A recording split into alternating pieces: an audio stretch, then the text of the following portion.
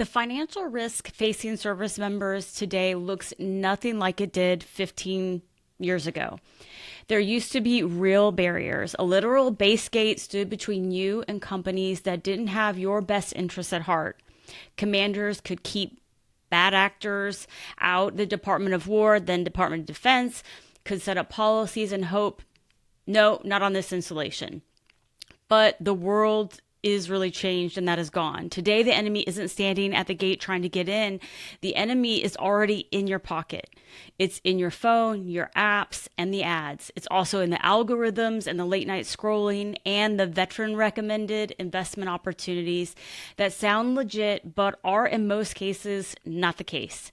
In this episode, I'm talking about why service members and military spouses must take ownership of their financial safety in a world where financial predators don't need physical base access anymore, and how you can build your own gate since that old one doesn't exist. So here we go.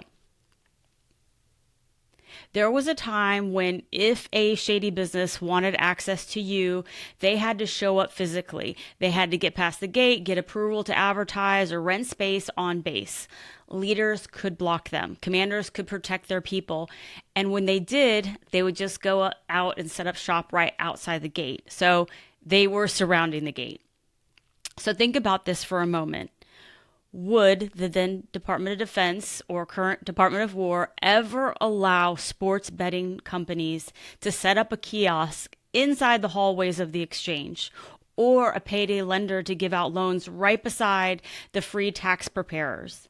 The answer is absolutely not. We all know that. But what I find scary and can't believe isn't being talked about more is that today, none of them needs a kiosk to get your attention or your business. Your phone is the kiosk. Your phone gives them access to you. The access point is in your hand, in your pocket, on your nightstand. It's in your barracks room or with you on mobilization. There's no one there to stop what comes through your screen. And spoiler alert for this whole episode, you are the gatekeeper, and you alone have the watch now.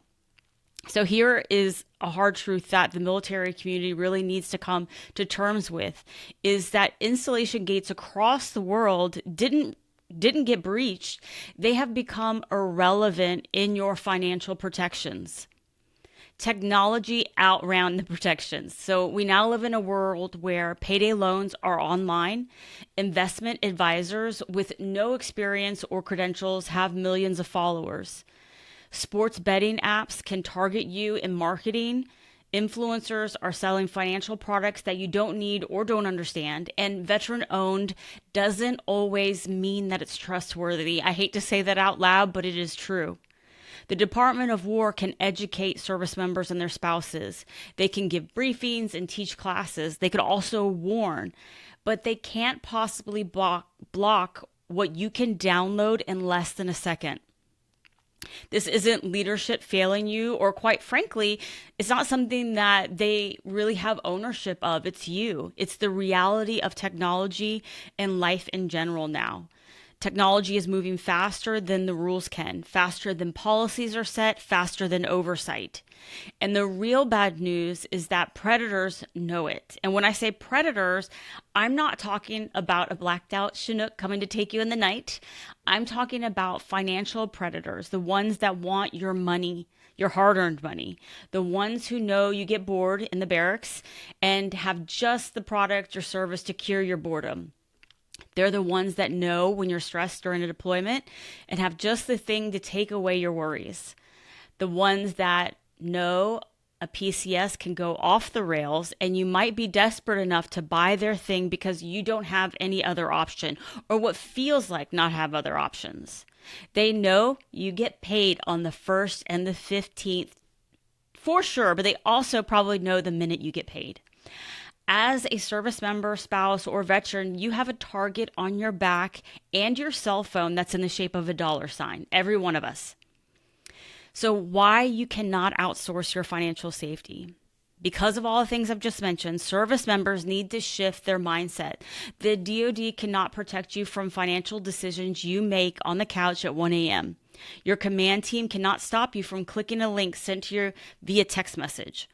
Your leadership cannot keep every predatory business out of your cell phone. That responsibility belongs to you. I say all of that with love and encouragement, not judgment. I want you to win, absolutely. I want you to build wealth and not have financial stress and worries. I want you to use your military benefits to set you up for the rest of your life and your children potentially. But that won't happen if you hand your financial power to algorithms, to influencers or friends who mean well but don't know what they're talking about. You don't eat what is spoon fed to you. You have to read the label first. So this is a truth that most people don't want to hear or might not really have thought about, is that you cannot take financial information that's spoon fed to you, even if it sounds good, even if it comes from someone who served, even if that person has a big platform. You have to read the label before you consume something. That means doing your homework before you invest, buy, or sign something. If a friend tells you about a hot investment, pause and research that investment. If you can't understand it, it's not for you. If you don't understand something in good times, you sure as heck will not understand it when it's going badly. That's not a slight on anyone. It's reality. I do not understand much about technology, I'll be honest. So unless I want to take the time to understand it deeply, I will not buy tech stocks. On the other hand, I do understand buying groceries. I have teenage boys, so I do it almost on the daily.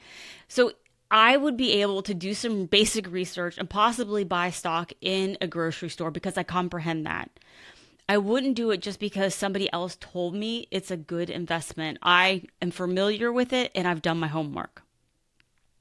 If a veteran influencer tells you to buy a certain stock, an insurance product, or a fantastic real estate investment, ask questions. I'm not saying they're wrong, but you should do your own homework.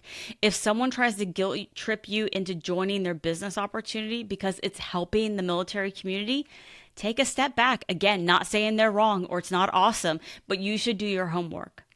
Even this podcast, yes, my show, it's here for your education and inspiration, but you still need to do your homework. Information shared on podcasts or public platforms is usually general and does not take into account someone's personal circumstances, which can greatly change the information that has been provided.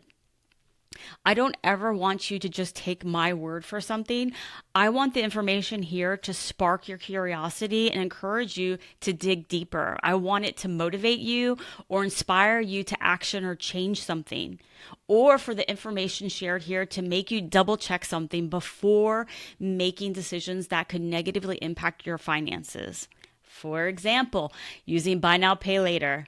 I hope my constant harping about its dangers makes you think twice and research before using it. I want you to build your own understanding and confidence as it relates to all personal finance. You are the key to your own success, not me or anyone else. So how do you build your own internal gate? Since the physical gate is gone, you need your own. And I wanted to create a little personal finance gatekeeping checklist. It's something small, simple, pretty basic, but here it is. Number one, check the source. Is the person giving you financial advice or information a financial professional? Do they have education and experience in the field of finance? Are they credentialed? Do they have a financial designation like an accredited financial counselor, or a certified financial planner, or a certified public accountant, or a registered or an enrolled agent, or a FINRA licensed person? Or do they just have a very large microphone? Just because somebody is loud doesn't mean they're right or have explained everything correctly. So when somebody's giving you information, check the source first. Number two is ask, how do they make money? It's wise to ask somebody how they're compensated before you take their advice and take action on it, because you need to understand how they are compensated. Some financial professionals make money from a fee you pay them, and that's it. But others can make money from the products they sell you. So for example, making a commission off of it. There could also be a hybrid. They could get both of those. If they're selling stuff like products, you may want to double check if that's the right thing for you or it just earns them a really big commission. People that earn commission aren't horrible people. People that are fee only aren't the right people all the time. You just really need to check the source and ask them how they are compensated because it is important to understand. This also applies to influencers online. They may be recommending you get credit cards to receive certain benefits, but what you may not know is they could possibly be receiving like $200 for every person they get to sign up for that. So again, not saying that's wrong. There might be really great benefits that are perfect for you, but you need to do your homework. Is it a good fit for you? And understand, yeah, this person is going to receive money if I sign up using their link. So number 2 is just really ask how people are compensated so you understand that. Number 3 is slow down. There is no need to rush into financial decisions or big purchases. Financial predators, really push for urgency, which causes you to make big decisions on the fly, and that is not a good idea. Real opportunities can wait while you think it over calmly and weigh all of your options. Also, to somebody that, has experience, is qualified to be given this advice. They're going to let you know how they get paid, and they're not going to rush you into making a financial decision. They're going to be patient. Number 4 is get a second set of eyes on it. Just like you would get a second opinion in a major medical decision, it's smart to get a second opinion on big financial decisions. Talk to somebody not involved in the situation, somebody who doesn't profit from your decision, somebody that has maybe more life experience. And it doesn't necessarily have to be a big financial decision to ask somebody else for their 2 cents on it. If you're unsure or just want to learn more before moving forward, talking to somebody else is a really good idea, especially if it's a parent, a sibling, a mentor, somebody that you really trust, running it by them. They could have some ideas of things you should research more or things you consider before making the decision final. Okay, number 5 is to check your emotions. Before swiping your card or making financial decisions, do a temp check on yourself. When you're bored, you're lonely, you're stressed, you're tired, or desperate for your situation to change, that's the moment you are most vulnerable. If your current state is one of those things, get busy doing something else and give yourself some time to think before making a decision. Or go back to number 4, talk to somebody else about it until you are in a better state of mind to make a decision that moves you towards your financial goals instead of away from them, or something that will hurt you in the long term financially. So you are the gate. You are the internal gate. It's not about being suspicious of everything and everyone. It's about being intentional, about being smart and in control of your financial house. You have more financial opportunity today than any generation of service members before you, but you also have way more exposure. Online, your data, all of that, you are exposed more. So this is about readiness. Financial readiness is military readiness. When your money is a mess, it impacts everything in your life. It rattles your focus, your performance, your stress levels. It impacts your relationships, not to mention your future. So good financial decisions give you stability, and bad ones can really haunt you for years to come. You've worked really hard and made a lot of sacrifices in your military service, whether you are the service member or a military spouse. So you should step into life after the military with confidence, not regret. And that starts right now by taking ownership of the gate. You are the gatekeeper. You have the watch. So now wrapping it up. That old gate is gone, but that doesn't mean you're unprotected. It just means you are the gate now. You are in charge of your financial protections and really always have been. You're the captain of your financial ship. You set the course. No algorithm or influencer or app should ever have more authority over your money than you do. The good news is you don't have to figure it out on your own. As a service member, a spouse, or a veteran, there are a ton of vetted resources and people available to help you. I will list some of them in the show notes for you. Also, I'm here to help. If you ever have a question, you can email me at hey@milmo.co. That's HEY.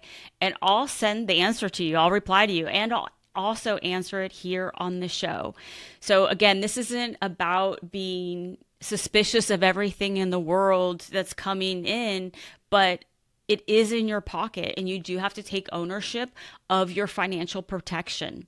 And if you don't know how to do that, again, there are resources that can help you get to the point where you feel confident in being in charge of all of your own financial protections. So you can head over to milmo.co to get all of the resources and the links from this episode. And while you're there, be sure to sign up for the Milmo Memo newsletter to get all of my updates. I appreciate you watching, and I'll talk to you next week.